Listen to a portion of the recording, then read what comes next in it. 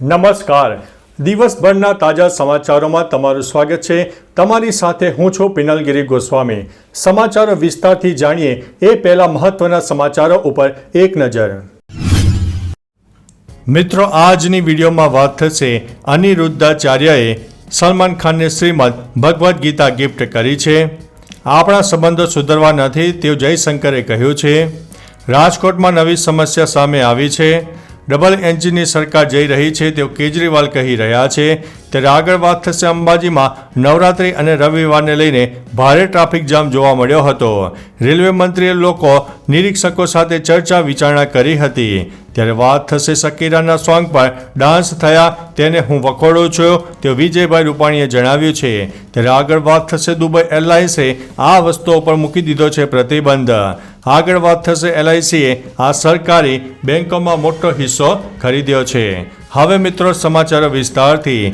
દેશની સૌથી મોટી વીમા કંપની એલઆઈસીએ બેંક ઓફ મહારાષ્ટ્રમાં પોતાનો હિસ્સો વધાર્યો છે, જેના કારણે હવે આ જાહેર ક્ષેત્રની બેંકમાં એલઆઈસીની ભાગીદારી વધીને 5%થી વધુ થઈ ગઈ છે. એલઆઈસીએ આ ડીલ 57.36 રૂપિયાના દરે નક્કી કરી છે. આ ડીલ ક્વોલિફાઈડ ઇન્સ્ટિટ્યુશનલ પ્લેસમેન્ટ દ્વારા કરવામાં આવી છે. જાહેર ક્ષેત્રની વીમા કંપનીએ ગયા મહિને મહાનગર ગેસ લિમિટેડમાં મોટો હિસ્સો વેચ્યો હતો. મિત્રો, અન્ય મહત્વના સમાચારની વાત કરીએ તો દુબઈની અમીરાત એરલાઇન્સે હાલમાં જ મુસાફરો માટે મહત્વની જાહેરાત કરી છે. તે મુજબ હવે કોઈ પણ મુસાફરો પેજર અને વોકી ટોકી સાથે અમીરાત વિમાનમાં મુસાફરી કરી શકશે નહીં. એરલાઇને એમ પણ જણાવ્યું છે કે જો આવા ઉપકરણો મુસાફરના કબજામાંથી મળશે તો દુબઈ પોલીસ તેને જપ્ત કરી લેશે. લેબનોનમાં કોમ્યુનિકેશન ડિવાઇસમાં થયેલા વિસ્ફોટ બાદ આ નિર્ણય લેવામાં આવ્યો છે. મિત્રો, અન્ય મહત્વના સમાચારની વાત કરીએ તો પૂર્વ સીએમ વિજયભાઈ રૂપાણીએ રાજકોટમાં શકીરાના સોંગ પર ડાન્સના વિડીયો મામલે પ્રતિક્રિયા આપી છે. પૂર્વ સીએમ વિજયભાઈ રૂપાણીએ કહ્યું છે કે શકીરાના સોંગ પર ડાન્સ થયા તેને હું વખોડું છું.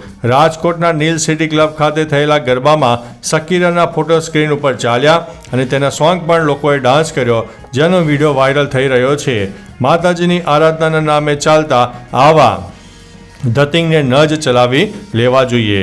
મિત્રો, અન્ય મહત્વના સમાચારની વાત કરીએ તો કેન્દ્રીય રેલવે, સૂચના અને પ્રસારણ અને ઇલેક્ટ્રોનિક્સ અને ઇન્ફોર્મેશન ટેકનોલોજી મંત્રી અશ્વિની વૈષ્ણવે તેમની નાસિકની મુલાકાત દરમિયાન મુખ્ય લોકો નિરીક્ષકો સાથે સુરક્ષિત ટ્રેન સંચાલન, ટેકનોલોજીનું અપગ્રેડેશન, લોકો પાયલટના વિશ્વાસ, નિયમિત તાલીમ જેવા મુદ્દાઓ પર વિગતવાર ચર્ચા કરી હતી અને લોકો નિરીક્ષકો સાથે મહત્વપૂર્ણ મુદ્દાઓ પર ચર્ચા કરી હતી.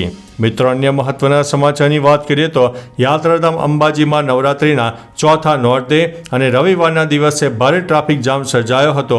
51 શક્તિપીઠ સર્કલથી લઈને હાઈવે સુધી 3 કિલોમીટર સુધી લાંબી લાઈનો જોવા મળી હતી. જણાવી દઈએ કે અંબાજી મંદિરના વહીવટદારની ગાડી પણ કલાકો સુધી ટ્રાફિકમાં ફસાઈ ગઈ હતી. મંદિરના શક્તિદ્વાર ગેટની સાથે વાહનો આડેધડ પાર્કિંગ કરતા આ સમગ્ર ટ્રાફિક જામ સર્જાયો હતો. મિત્રો, અન્ય મહત્વના સમાચારની વાત કરીએ તો જનતા કી અદાલત કાર્યક્રમમાં દિલ્હીના પૂર્વ સીએમ અરવિંદ કેજરીવાલે કહ્યું છે કે સાંજે ટીવી જોઈ રહ્યો હતો, એક્ઝિટ પોલ આવી રહ્યા હતા. હરિયાણા અને જમ્મુ કાશ્મીરમાંથી ભાજપની ડબલ એન્જિન સરકાર જઈ રહી છે. દેશમાં ડબલ એન્જિન ફેલ થયું છે.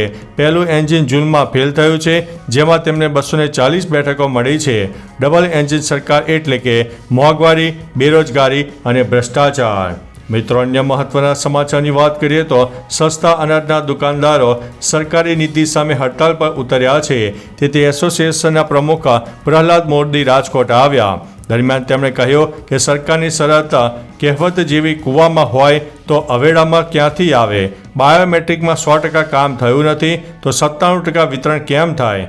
અને અમે 30,000 કમિશનની માગણી કરી હતી, પરંતુ સરકારે 20,000 કમિશનની જાહેરાત કરી છે. તેમાં પણ આકરા નિયમો બનાવ્યા છે. મિત્રો, અન્ય મહત્વના સમાચારની વાત કરીએ તો એસસીઓની બેઠક માટે પાકિસ્તાન જઈ રહેલા વિદેશ મંત્રી એસ જયશંકરે કહ્યું છે કે તેઓ પાડોશી દેશ સાથે કોઈ પણ પ્રકારની વાતચીત કરવા માટે ત્યાં જઈ રહ્યા નથી. દિલ્હીમાં એક કાર્યક્રમને સંબોધિત કરતી વખતે જયશંકરે કહ્યું છે કે તેમના પાકિસ્તાન જવાનું એકમાત્ર કારણ એસસીઓની બેઠક હતી. ભારત પાકિસ્તાનના સંબંધો અંગે ચર્ચા નહીં કરે. વિદેશ મંત્રીએ કહ્યું છે કે એસસીઓનો સારો સભ્ય હોવાને કારણે હું પાકિસ્તાનમાં બેઠકમાં ભાગ લેવા માટે જઈ રહ્યો છું. મિત્રો, અન્ય મહત્વના સમાચારની વાત કરીએ તો સલમાન ખાન 6 ઓક્ટોબર રવિવારના રોજ બિગ બોસની બીજી સિઝન હોસ્ટ કરવા પરત ફરી રહ્યા હતા, જેના ગ્રાન્ડ પ્રીમિયર પર એપિસોડનું શૂટિંગ પણ પૂર્ણ થઈ ગયું છે, જેની પહેલી ઝલક સોશિયલ મીડિયા પર આવી ગઈ છે.